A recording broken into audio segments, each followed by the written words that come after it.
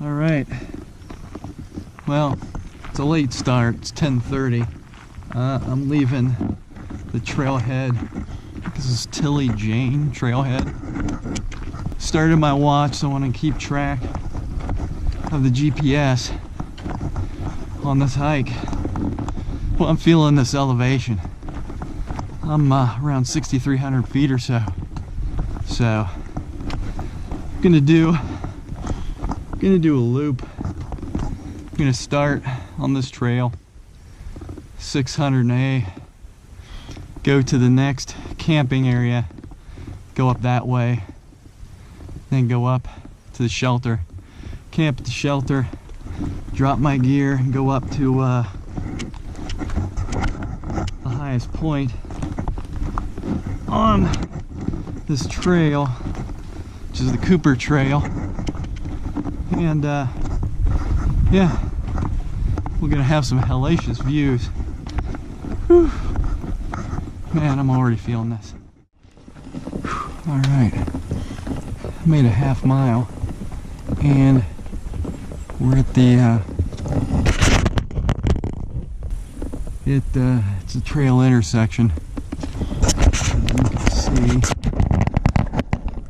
on the map all the locations and all the rules. So, all right,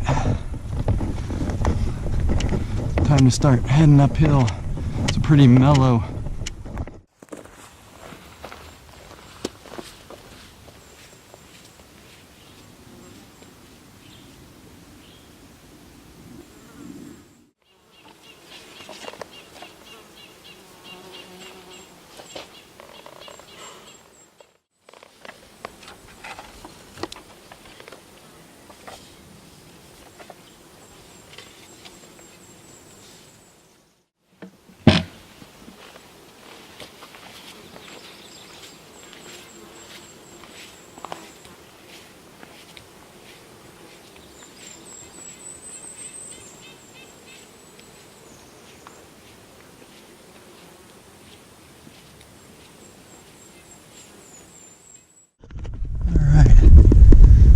Hoping just to hike up this spur, and then it cuts across.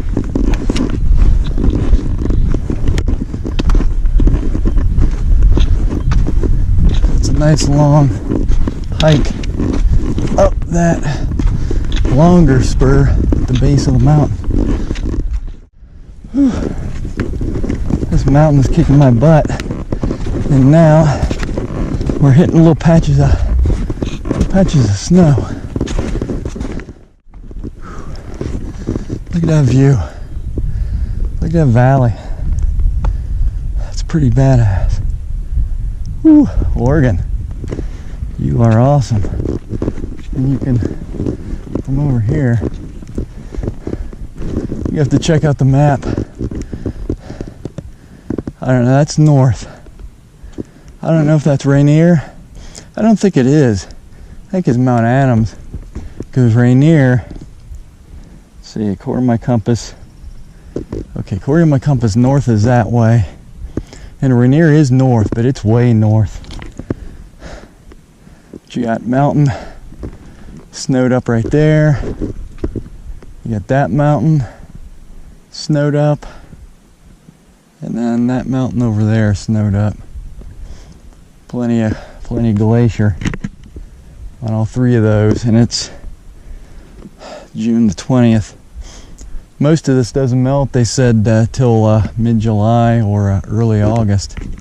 So yeah, that's why we still got snow on the trail here.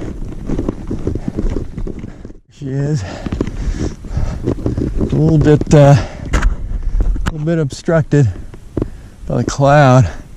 It's a little dark down here, but not bad. Look at all that glacier. Now, this is one of the most popular hikes in this area, but you can see that the parking lots, they're tiny. So either coming to Tilly Jane or Cloud Cap, which isn't very big either. And one of the alternates I was possibly going to do was come in from the ski area. There's a ski area that's a couple miles downslope, and yeah, that would have been a longer trip, and I'd still be hiking and probably wouldn't get to see this thing yet. I'm almost to the shelter. I'm gonna drop my gear and set my camp. These tracks. Alright. Tilly Jane, Copper Spur route.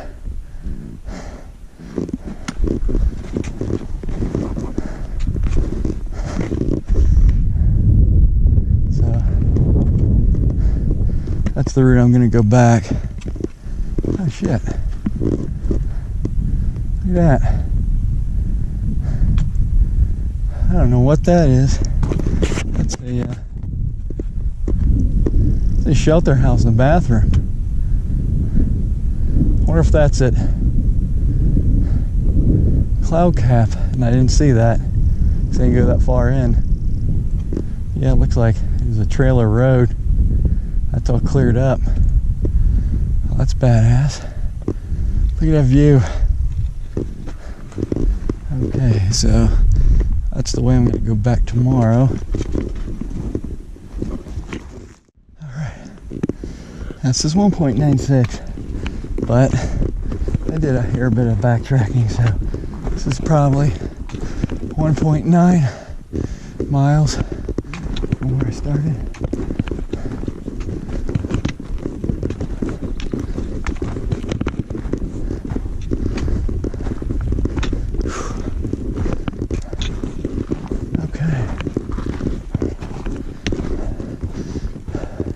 This is where the guy camped at.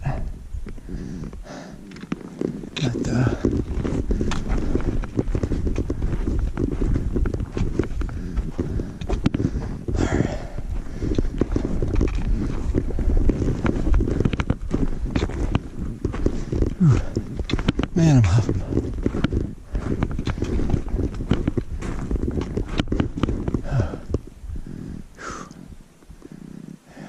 Trail. Let's see what time it is. Okay.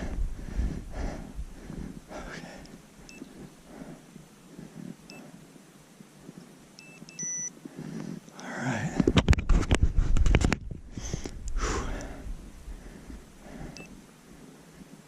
198. Hour and a half. Not very fast.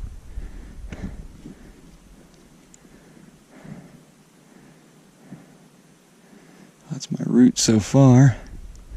It's only a half a mile straight. That's a quadruple that.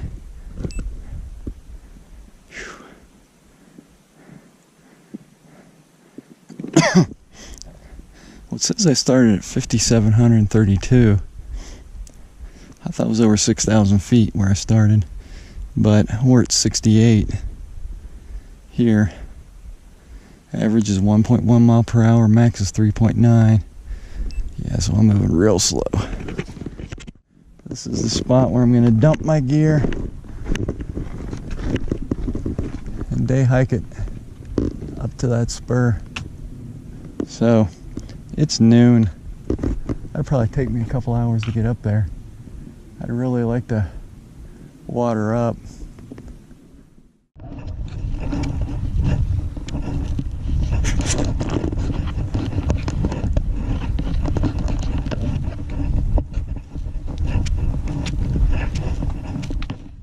Alright, made it on top of Cooper's Spur here at Mount Hood, and well, I'm gonna have to beat feet because there's weather to the west, although I think it's completely blowing out that way behind the mountain, so it won't affect me, because you can see on this side of the mountain, which is, yeah, north, this is all north, this is all fairly clear once you get past this cloud bank, so this is all clear to the north. And yeah, when they say that mountains create weather and they have their own weather patterns. They are not lying. This mountain, Mount Hood, has its own weather, and it stops weather, and it does a lot to what's around it. So I'm gonna get off the mountain because I don't want it to change or to blow this way. I don't think it will, but just to be on the safe side. And it's kind of late for me to be on the mountain. I didn't make it till 3, which isn't a good time to be up here, but made it up, and I've got all my pictures, and I'm gonna beat feet down. So hopefully I don't break my camera, because I'm gonna glissade down, and I think I'm gonna hit probably 5-10 miles per hour and get down there about 1,000 feet real fast. So it was tough coming up here. It took me about 2 hours. I stopped, talked to a lady and her dog, but beyond that, it's been interesting. So heading down.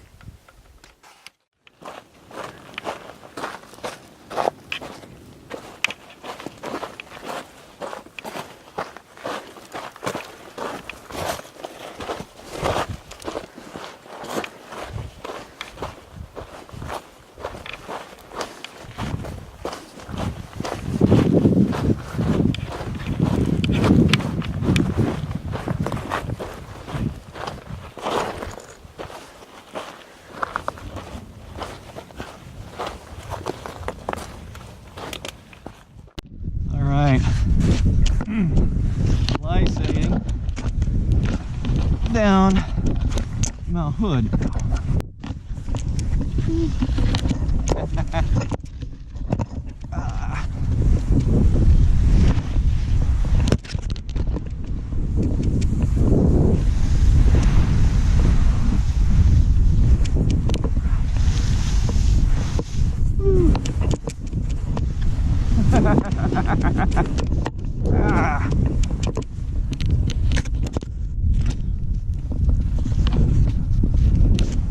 It's a stop-start thing.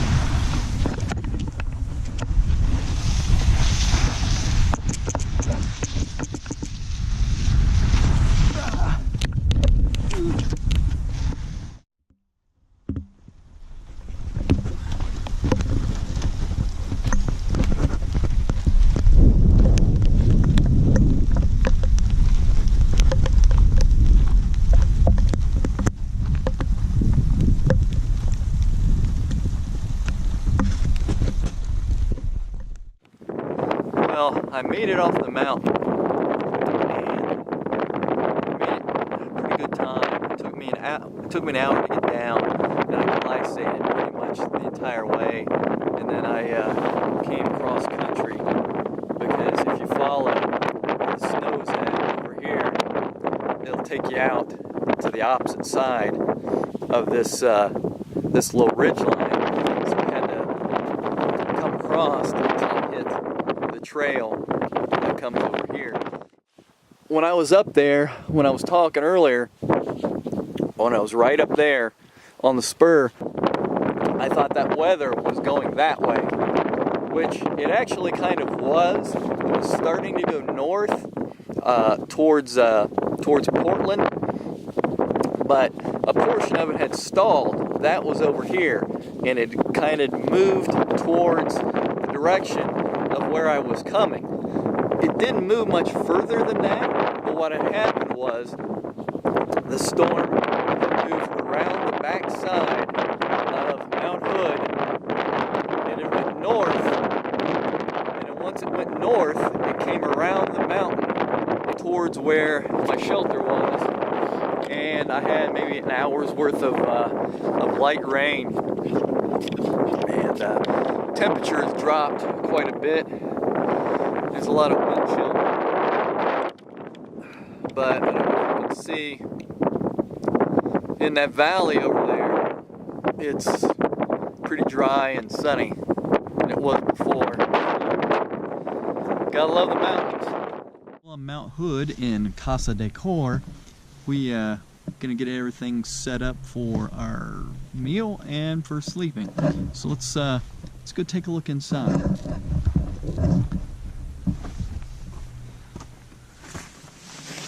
All right. my stove, my pocket rocket, got it set up. So now one thing about COAR cooking is we don't skimp on the extras. You know, I've got sriracha, hot sauce. This is powdered milk for breakfast. This is honey sesame, soy sauce. This is maple syrup for breakfast, and actual real Canadian maple syrup. None of that high fructose corn syrup. I have a little bit of olive oil and salt and pepper. So you gotta have your basics and all your extras. And my cooked stuff here. I'm getting ready to make a meal. Now this is my setup for my sleeping. I'm sleeping on the ground since I'm inside this shelter here. Pretty dirty, but this is my Marmot 30 bag, and of course I've got my pad and a tarp down here. Got my sit pad with thermarest action here. Got my Osprey 50 liter. So it's been pretty good so far. I've had it for about a year. I like it. It's very comfortable. And here's all my other camera gear. My DSLR, the Canon. My phone, which keeps dying on me, so I keep having to charge it with this Anchor battery charger. And that has an extra lens for the camera. And inside this I have extras as far as extra batteries for the GoPro and another camera that I have back at the lot. And then I have a marker and some parts for the GoPro, so that way I can use it. I've got my headband and some other parts. So I have the wilderness permit here, Mount Hood and Solomon Huckleberry wilderness permit. Got a permit. Clothes. I actually changed clothes earlier when I came down from the Spur. I glycated down, so all my other clothes got wet that I was wearing. Got themselves a little set up for a fire in here. Not much that's going on as far as that, and I don't intend on setting a fire because there's just not a whole lot of wood. There's one little log in the corner, but I don't have anything to cut it with. My trekking poles, and I'm not going to set up a tent, so I brought it. Here's the thing.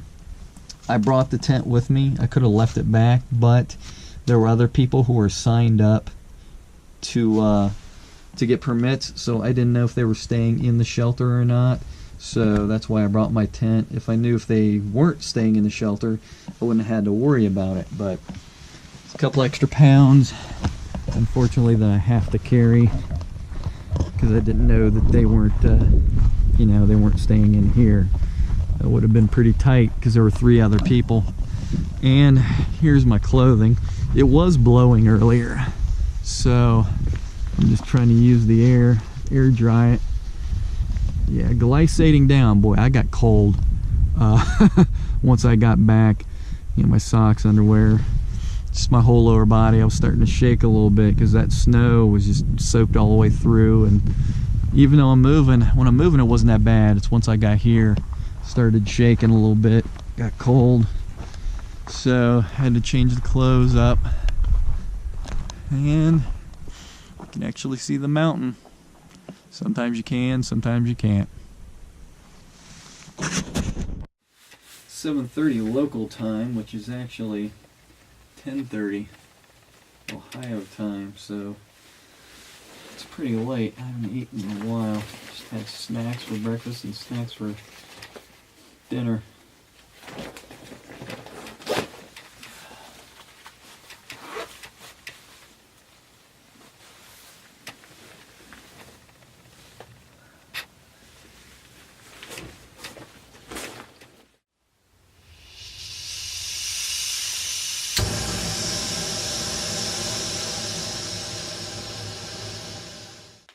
What I did was, I took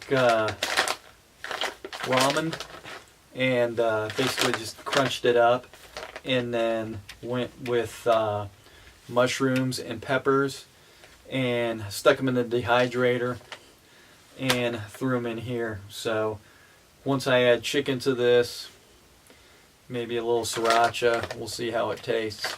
Hopefully it'll be pretty good. Otherwise, if I open this and it stinks, I'll know I didn't dehydrate them enough, and then I'm pretty much done with dehydrating stuff. So this is a learning experience for me, and hopefully it will work out. And hopefully this does not smell.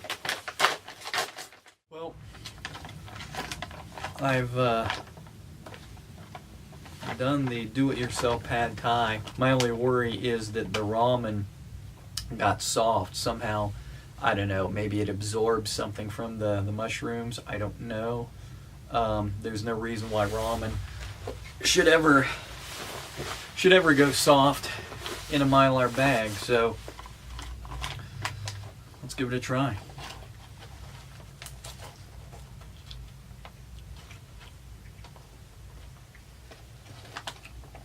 It's not bad.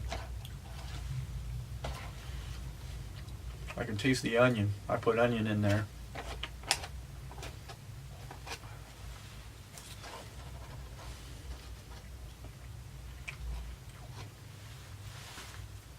Tell you what, let's put the sriracha in.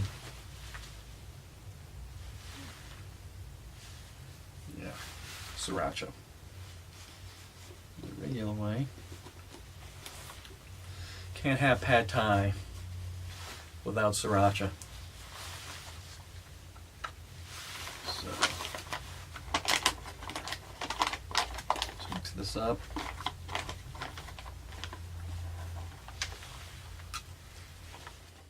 Don't be afraid to cook your own food, dehydrate it, and stick it in Mylar. Well, I'm still hungry. The pad thai was good. I would give it a 7 on a 1 to 10, and that's while I'm backpacking. So, you know, it would normally be like a 5 or a 6, not nearly as good a pad thai as I do at home. But I haven't eaten much today, and going up a couple thousand feet to go up to that spur pretty much kicked my butt. So I've got some instant soup mix that I threw in there just in case. Glad just in case, because I'm starving like Marvin.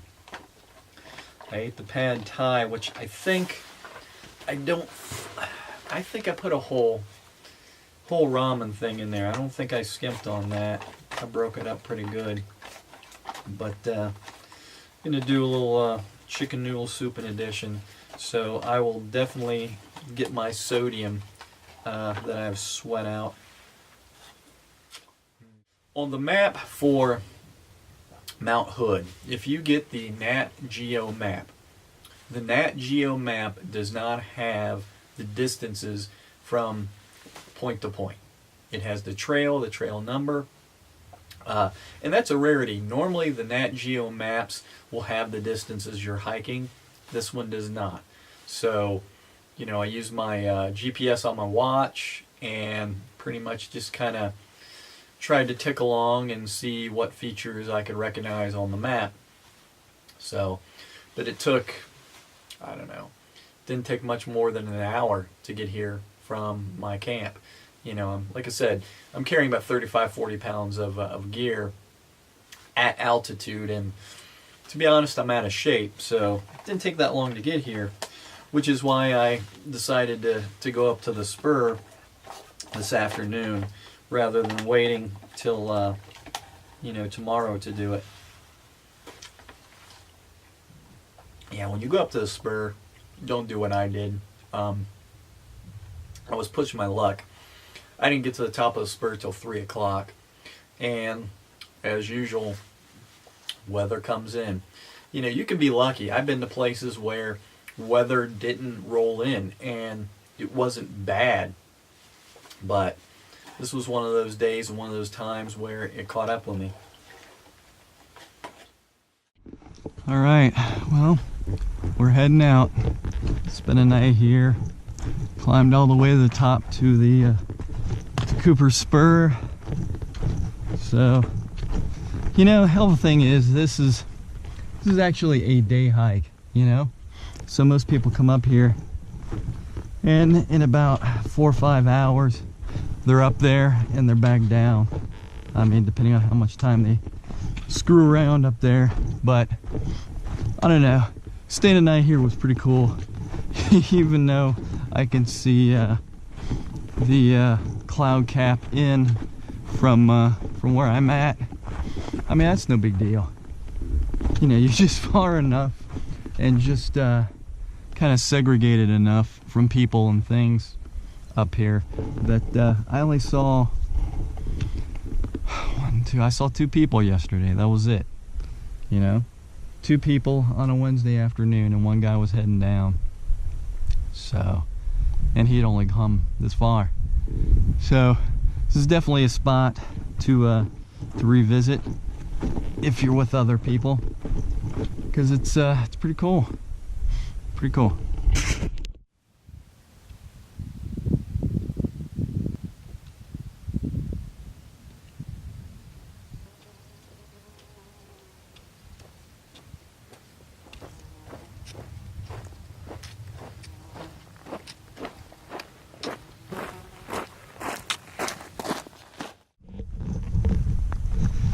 Yeah, on the way down, I was thinking, what I do anywhere I travel and backpack, obviously I take a camera with me, but one of the big things I do is shoot stills of every sign that I see, every trail sign, every kiosk. You know, I want to be there where if the trail sign says this far to whatever point, or you're entering this wilderness, take a picture of it, because that way if I run into bad weather or snow or what have you, I'm going to be able to find my way back. You know, your cameras, your phones, they only do so well, but sometimes you got to remember, hey, what did that sign say? You know, what do we have to look out for? And the reason why I use a still camera to do that is primarily because if you're just shooting video of that kiosk or that sign, it's not very clear. If you have a still camera, it'll be in focus and you'll be able to blow it up. So that's just my my thought.